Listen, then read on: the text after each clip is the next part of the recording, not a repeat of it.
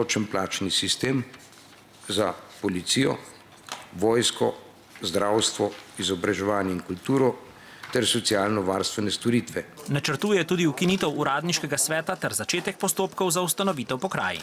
Tudi obvezna rotacija za uradnike na vodstvenih položajih na ministrstvih in državnih organih. Predvsem pa je pomembno čim hitreje izvesti decentralizacijo in državne institucije premestiti po celotni državi. Praviti je treba koncept in arhitekturo enotne mobilne aplikacije ter spletnega portala e-Slovenija, po načelu vse na enem mestu. Na področju notranjih zadev želi ustaviti odtekanje kadra iz policije in dvig njenega ugleda. Napoveduje pregled, kot pravi, nepotrebnih birokratskih postopkov policistov, ki bi jim vrnil pooblastilo, da lahko samostojno odkrivajo manjša kazniva dejanja.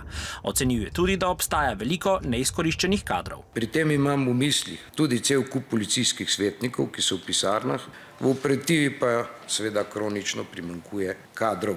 Izpostavil je ničelno toleranco do korupcije. Ta kazniva dejanja bodo obravnavana prioritetno, pri čemer bo sodeloval bodoči nov organ SKOK. Redefinirati obstoječe pristojnosti NPU in njegovo diskrecijsko pravico za prevzem preiskave v konkretnem primeru.